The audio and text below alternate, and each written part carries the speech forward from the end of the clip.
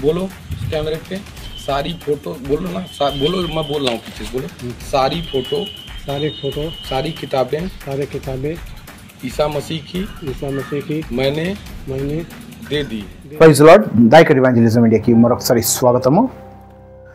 బాధకరమైన విషయం ఏంటిదంటే, ఏ దేశంలో అయితే మనం స్త్రీలను గౌరవిస్తామో, ఏ దేశంలో అయితే స్త్రీని మనము తల్లిగా భావిస్తామో, ప్రపంచంలో ఎక్కడ చూపెట్టని మర్యాద, ఎక్కడ చూపెట్టని గౌరవము మనము స్త్రీలకు ఇస్తూ ఉంటాం. కానీ బాధకరమైన విషయం ఏంటి తెలుసా? ఏ దేశంలో అయితే మన స్త్రీలను ఒక దేవతలాగా చూస్తామో, ఒక తల్లిలాగా చూస్తామో, లేకపోతే ఆడవాళ్ళ పేరుట మనము ఎంతైతే ఈ మధ్యలో ఒక ఫాల్స్గా, ఒక అబద్ధము ప్రేమ చూపెడుతున్నామో అనేది సమాజము ద్వారా మనకు అర్థమైపోతూ ఉంటుంది.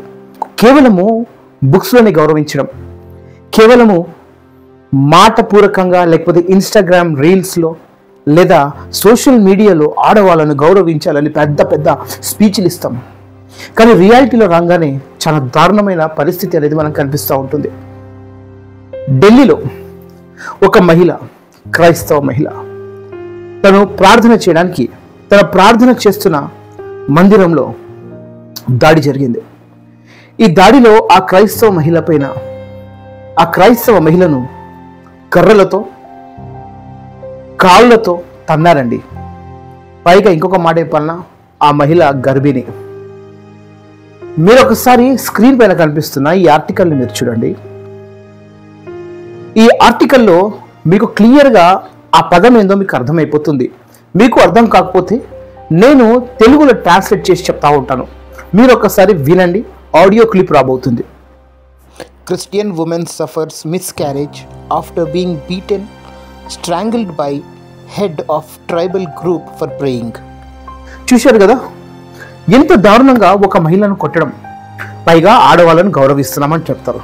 ప్రతి ఆడబిడ్డకు, ప్రతి స్త్రీలో ఒక తల్లి, ఒక చెల్లి కనిపిస్తూ ఉంటే మహిళను గౌరవించాలని మనం చెప్తూ మహిళలతో ఎంత దారుణంగా ప్రవర్తిస్తున్నామో కొంతమంది మూర్ఖుల ద్వారా మనకు అర్థమైపోతుంది.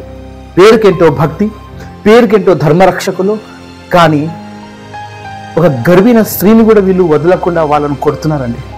పైగా పోలీస్ స్టేషన్లో కంప్లైంట్ ఇస్తే ఉల్టా ఆ మహిళ పైననే వీళ్ళు కేసు వేస్తున్నారు. కానీ ఆ మహిళ బాధను మాత్రం ఎవరు అర్థం చేసుకోలేకపోతున్నారు.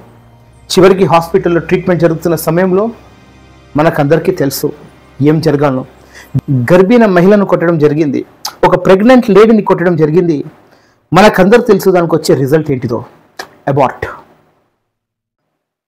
3 to 4 months ప్రెగ్నెన్సీ ఉన్న ఒక మహిళ, క్రైస్తవ మహిళ, ప్రార్థన చేయడమే ఆమెకు నేరం అయిపోయిందా? ప్రార్థన సభలో పోవడమే ఆమెకు నేరం అయిపోయిందా?